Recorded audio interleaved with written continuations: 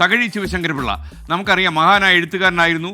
കയറ് പോലെയുള്ള ബൃഹത്തായ ഗ്രന്ഥം എഴുതിയ ആളാണ്. അദ്ദേഹത്തിന് പുരസ്കാരങ്ങളൊന്നും ഒരു പുതുമയുമില്ലാത്ത കാര്യമായിരുന്നു.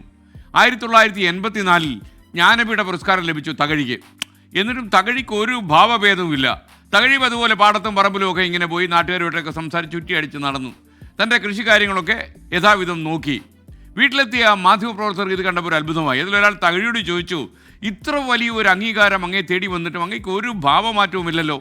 തകഴി അയാളെ നോക്കി ഒന്ന് ചിരിച്ചു. എന്നിട്ട് പറഞ്ഞു, അവാർഡുകളൊക്കെ ഒരു അംഗീകാരം തന്നെയാണ്, പക്ഷേ എഴുത്തുകാരൻ്റെ യഥാർത്ഥ സന്തോഷം അത് എപ്പോഴാണെന്നറിയുമോ? നല്ലൊരു കഥ എഴുതി പൂർത്തിയാക്കുമ്പോഴാണ്. നാട്ടുകാർ എൻ്റെ കഥകൾ വായിക്കുകയും അതിലൂടെ സന്തോഷിക്കുകയും ചിലപ്പോഴൊക്കെ ദുഃഖിക്കുകയും ചിന്തിക്കുകയും ചെയ്യുമ്പോഴാണ് യഥാർത്ഥ സംതൃപ്തി എന്നെ തേടി വരുന്നത്. അതാണ് ഒരു എഴുത്തുകാരന് വേണ്ടതും.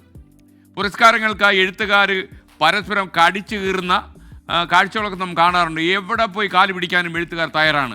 ചില സമയത്തൊക്കെ പുരസ്കാരങ്ങൾ വാങ്ങാനായിട്ട് ഡൽഹിയിൽ താമസിച്ച ആൾക്കാരുണ്ട്. ഏത് സ്ഥലത്തേക്കും അവർ നീങ്ങും, എത്ര പണം വേണമെങ്കിലും വാരി എറിയും.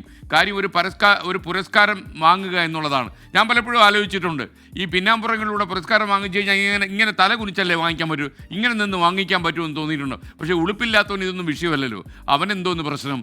പക്ഷേ തകഴി ഇതിൽ വ്യത്യസ്തനായിരുന്നു. അതാണ് ഏറ്റവും പ്രധാനപ്പെട്ട കാര്യം. അംഗീകാരങ്ങൾക്കൊപ്പുറം എഴുത്തിൻ്റെ ആത്മാർത്ഥതയിലും ചോരകിനിയുന്ന പ്രതിബദ്ധതയിലുമായിരുന്നു തകഴിയുടെ ശ്രദ്ധ എപ്പോഴും. യഥാർത്ഥ സംതൃപ്തി ബാഹ്യമായ അംഗീകാരങ്ങളിലും ബഹുമതികളിലും അല്ല എന്ന് തകഴി വിശ്വസിച്ചു.